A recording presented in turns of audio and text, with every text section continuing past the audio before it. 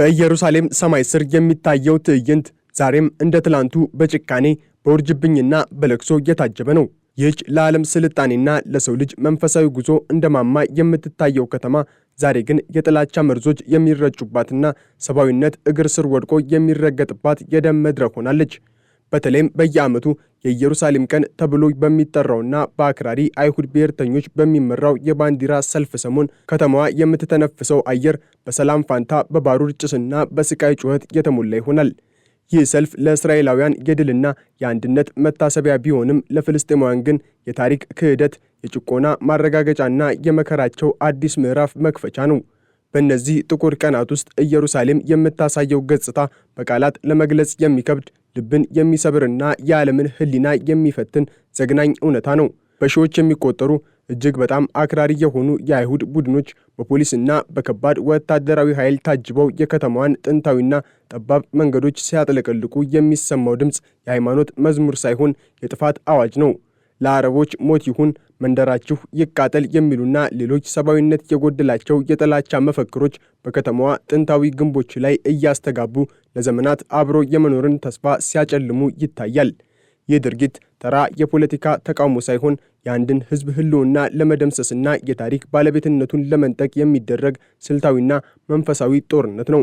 ሰልፈኞቹ የፍልስጤማውያንን ሰፈርና የንግድ ቦታዎችን በሚያልፉበት ወቅት የሚያሳዩት ትዕቢትና ንቀት ኢየሩሳሌም የፍትህ አልባነትና የአፓርታይድ ስርዓት መገለጫ ሆና እንድትታይ ያደርጋታል።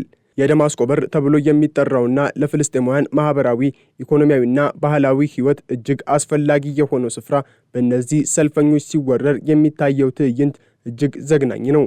ወጣቱ የአክራሪ አይሁድ ትውልድ በዘረኝነትና በበቀል ስሜት ታውሮ የፍልስጤማውያንን የንግድ ሱቆች በኃይል እንዲዘጉ ሲያስገድድና ሰላማዊ ሰዎችን በድንጋይና በቃሪያ ጋዝ ሲደበድቡ የህግ አስከባሪው ተብለው የተሰማሩት የጸጥታ ኃይሎችን ግን ለጥቃት አድራሾቹ ጥበቃ ሲያደርጉና ተጠቂዎቹን ደግሞ በጭካኔ ሲያስሩ ይታያል።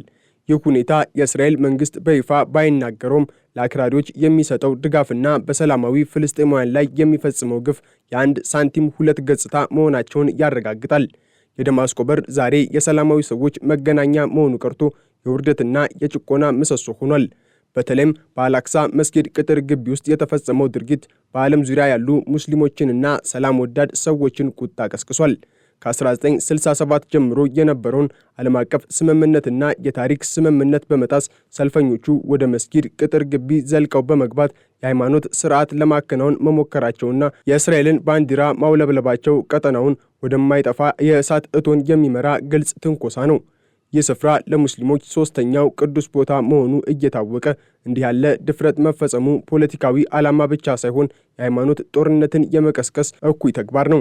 በዚህ ሳቢያ የተፈጠረው ግጭት በመቶዎች የሚቆጠሩ ፍልስጤማውያንን ለከባድ አካል ጉዳት የዳረገ ሲሆን የእስራኤል የጸጥታ ኃይሎች የሚጠቀሙባቸው የጎማ ጥይቶች፣ የድምፅ ቦምቦችና አስለቃሽ ጋዞች በቅዱስ ስፍራው ላይ የፈጠሩት ትርምስ በታሪክ የማይረሳ ጥቁር ጠባሳን ጥሎ አልፏል። መስጊዱ ውስጥ የሚጸልዩ አዛውንቶችና እናቶች ሳይቀሩ የጭካኔው ሰለባ ሲሆኑ ኢየሩሳሌም የጸሎት ሳይሆን የዋይታ ከተማ ሆናለች። ግርግሩ በከተማዋ መሃል ብቻ ሳይወሰን ወደ ተለያዩ የመኖሪያ ሰፈሮችም ተዛምቷል። ለምሳሌ በሼክ ጃራ ሰፈር የሚኖሩ ፍልስጤማውያን ቤታቸውን በቁልፍ ዘግተው ልጆቻቸውን አቅፈው የሚመጣውን መከራ ሲጠባበቁ ማየት እጅግ አሳዛኝ ነው። ሕገወጥ የሆኑ ሰፋሪዎች የሰዎችን ቤት በመኪና ሲገጩ፣ በመስኮት በኩል የቃሪያ ጋዝ ሲረጩና በድንጋይ ሲደበድቡ የሚታየው ትዕይንት ሰልፉ የአንድነት ቀን ሳይሆን የጭካኔ ቀን መሆኑን ይመሰክራል። ትናንሽ ሕፃናት በጭስ ታፍነው ሲቃጠሉና እናቶች ልጆቻቸውን አቅፈው የሞት ጥላ ሲያንዣብብባቸው ማየት የሰው ልጅ ግብረ ገብነት ምን ያህል እንደረከሰ ያሳያል። እነዚህ ሰፋሪዎች የሰዎችን ቤት በመውረርና የታሪክ ሰነዶችን በማጭበርበር የሚፈጽሙት ድርጊት የዓለም አቀፍ ሕግጋትን እየጣሰ ቢሆንም የፍትህ ያለህ የሚል አካል ግን አልተገኘም። በቡሪንና በሌሎችም የዌስት ባንክ አካባቢዎች የሚታየው ተመሳሳይ ነው። ሰፋሪዎች በመንግስትና በጦር ኃይሉ ሙሉ ድጋፍ ታጅበው የፍልስጤማውያንን የወይራ እርሻዎች ሲያቃጥሉና በመንደርተኞች ላይ የጥይት እሳትን ሲያዘንቡ ፍትህ የራቃት ምድር ኢየሩሳሌም በለቅሶ ትሞላለች።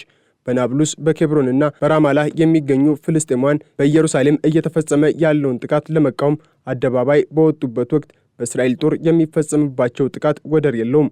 በመቶዎች የሚቆጠሩ ወጣቶች በቁጥጥር ስር ሲውሉ በደርዘን የሚቆጠሩት ደግሞ በጥይትና በከባድ ጋዞች ሳቢያ ለሕይወታቸው አስጊ በሆነ ሁኔታ ላይ ሆስፒታል ውስጥ ይገኛሉ።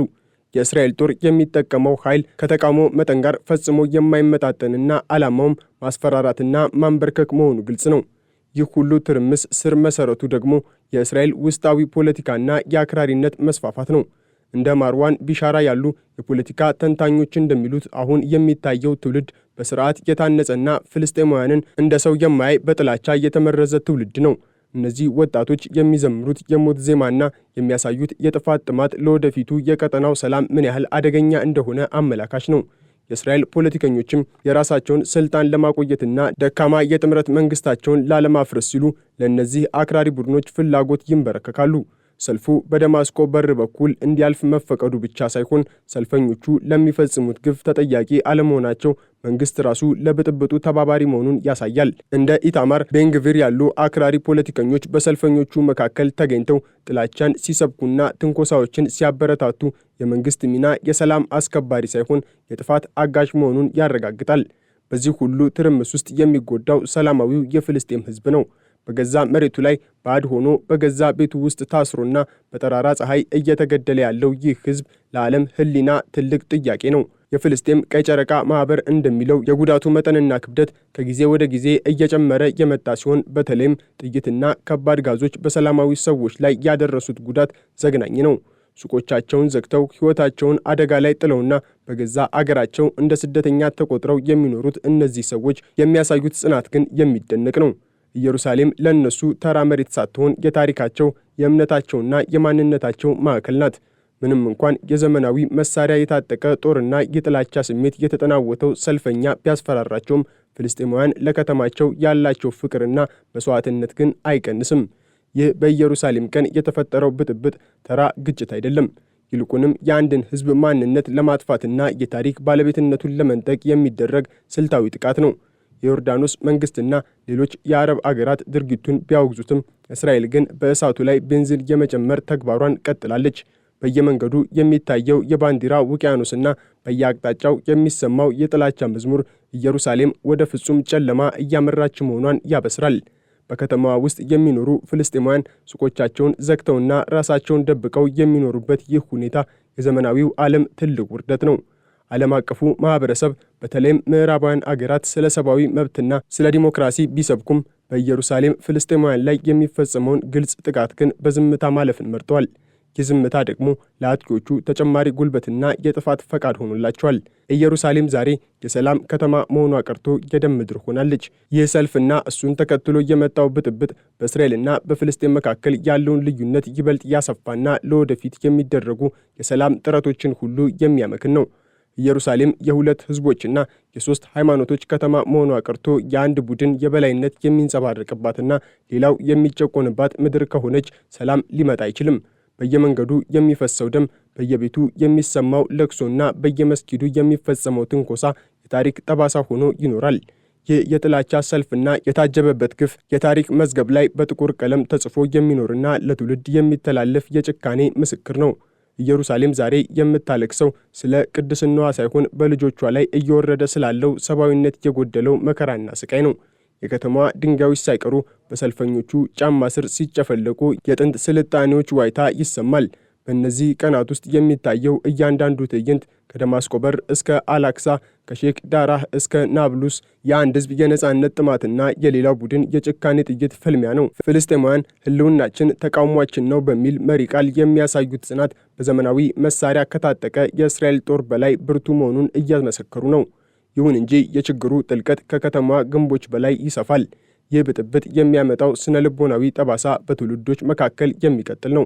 ጥላቻን እንደ ጽድቅ የሚቆጥሩ ወጣቶች በአንድ በኩል የግፍ ውርጅብኝ የሚወርድባቸውና ለነጻነት የሚታገሉ ወጣቶች በሌላ በኩል ሆነው የሚፈጥሩት ግጭት የመካከለኛው ምስራቅን የወደፊት ዕጣ ፈንታ ይበልጥ ያጨልመዋል። የእስራኤል መንግስት እየተከተለ ያለው የኃይል ፖሊሲ ለጊዜው የጸጥታ የበላይነትን ሊሰጠው ቢችልም በረጅም ጊዜ ግን የከተማዋንና የቀጠናውን ሰላም አደጋ ላይ የሚጥል ነው። ኢየሩሳሌም የሁሉንም እምነትና ማንነት በእኩልነት የማታስተናግድ ከሆነ ዛሬ የሚታየው ብጥብጥ መጀመሪያ እንጂ መጨረሻው አይሆንም። ኢየሩሳሌም ዛሬ ለዓለም የምታስተላልፈው መልእክት የቁጣና የሐዘን ነው። ጥላቻና ጭቆና ባለበት ስፍራ ሰላም ሊሰፍን አይችልም። በሺዎች የሚቆጠሩ ሰልፈኞች የሚያውለበልቡት ባንዲራ የአሸናፊነት ሳይሆን የሞራል ውድቀት ምልክት ሆኗል። ምክንያቱም እውነተኛ አሸናፊነት በሰላማዊ ሰዎች ላይ ድንጋይ በመወርወር የቃሪያ ጋዝ በመርጨትና የጥላቻ መፈክር በማጮህ ሳይሆን በፍትህና በጋራ መከባበር ላይ የሚመሰረት በመሆኑ ነው። ኢየሩሳሌም ወደ ቀድሞ ክብሯና ሰላሟ ትመለስ ዘንድ ይህ የአፓርታይድ ስርዓትና የግፍ ውርጅብኝ ማብቃት አለበት። እስከዚያው ግን ቅድስት ከተማዋ በልጆቿ ደምና በነጻነት ናፋቂዎች ለቅሶ እየታጠበች ትቀጥላለች። ኢየሩሳሌም የዓለም ሕሊና መፈተኛ ሆና ትቀጥላለች። ፍትህ እስካልሰፈነ ድረስ ግን ጩኸቷ ከሰማይ ጥይት በላይ እየጎላ ይሄዳል። በኢየሩሳሌም ቀን የተፈጠረው ብጥብጥ የአንድ ቀን ክስተት ሳይሆን ለዘመናት የተከማቸ የጭቆና የዘረኝነትና የፖለቲካ ሴራ ውጤት ነው። ከተማዋ በደም ስትታጠብ ዓለም በዝምታ መመልከቷ የታሪክ ትልቅ ክህደት ነው። የፍልስጤም ሕዝብ ዛሬም በገዛ ቤቱ ውስጥ በስጋት ይኖራል። የንግድ ሱቆች በኃይል ይዘጋሉ፣ መንገዶች በጸጥታ ኃይሎች ይታጠራሉ። ይህ ሁሉ መከራ ግን የፍልስጤማውያንን የነጻነት ናፍቆት ሊያዳፍነው አልቻለም። ይልቁንም በኢየሩሳሌም ቀን የሚፈጸመው ግፍ ለትግላቸው አዲስ ጉልበትና አንድነትን እየፈጠረ ይገኛል። የአመፀኞች ትዕቢትና የአክራሪዎች ጩኸት አብቅቶ ኢየሩሳሌም ለሁሉም ልጆቿ የእኩልነትና የፍቅር እናት የምትሆንበትን ጊዜ መናፈቅ ብቸኛው አማራጭ ሆኗል። ቅድስት ከተማዋ ዛሬ በደም እየታጠበች ቢሆንም የሰላም ተስፋ ግን በፍልስጤማውያን ጽናት ውስጥ አብሮ ይኖራል። ኢየሩሳሌም የሰላም ከተማ ተብላ የምትጠራው ፍትህና እኩልነት ሲሰፍንባት ብቻ መሆኑን ዓለም ሊረዳው ይገባል።